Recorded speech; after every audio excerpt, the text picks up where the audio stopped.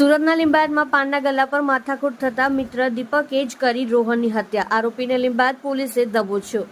સુરત શહેરના લિંબાયત વિસ્તારમાં રુક્ષ્મણીનગર ખાતે ગઈકાલે 19 વર્ષના યુવકની હત્યા કરવામાં આવી હતી.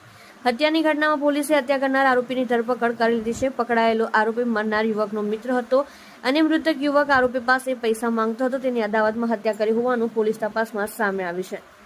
સુરતના લિંબાયત વિસ્તારમાં આવેલા રુક્ષ્મણીનગર નજીક રેલવે ફાટક પાસે દારૂના અડ્ડા પર એક 19 વર્ષીય યુવકની હત્યાની ઘટના સામે આવતા સમગ્ર વિસ્તારમાં ચકચાર મચી જવા પામી હતી.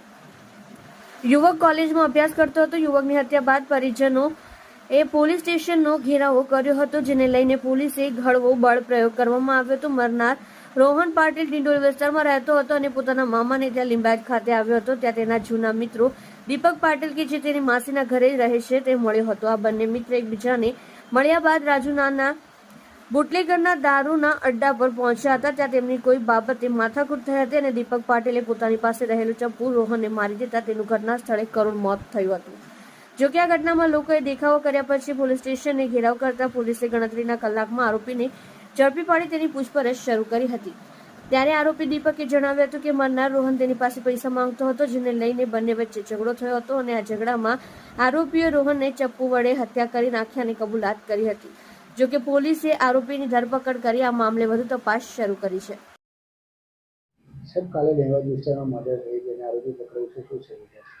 ગઈકાલે લિંબાયત પોલીસ સ્ટેશન વિસ્તારમાં આરડી ફાટકની બાજુમાં એક સોસાયટી છે, ત્યાં એક મર્ડરની ઘટના બની હતી.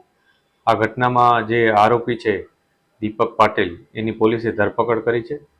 આરોપીની પોતે જે ભોગ બનનાર છે એની સાથે એની મિત્રતા પણ હતી, એને એકબીજાને સારી રીતના પરિચયમાં હતા અને ભોગ બનનાર છે એ પોતાના મામાને ત્યાં આવ્યો હતો.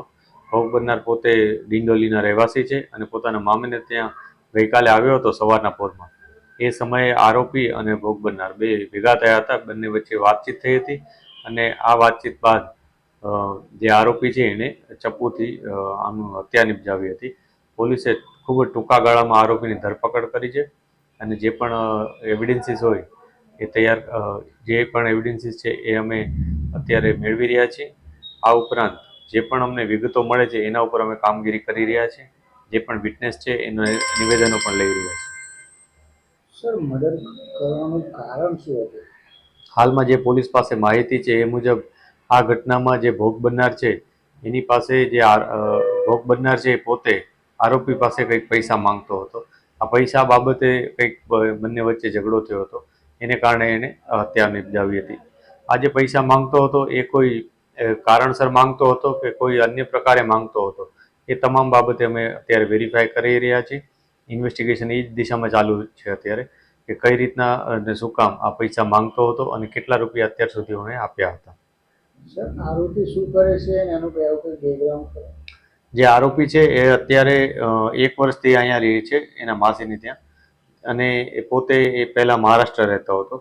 એના અત્યારે જે માહિતી છે એ મુજબ જે આરોપી એક્સટર્નલ અભ્યાસ પણ કરે છે અને અહીંયા જે માર્કેટ વિસ્તાર છે એમાં અત્યારે રેગ્યુલર કામમાં જાય છે અને સમયાંતરે પરીક્ષા આપતો રહે છે. એ પ્રકારની માહિતી પોલીસને મળી છે.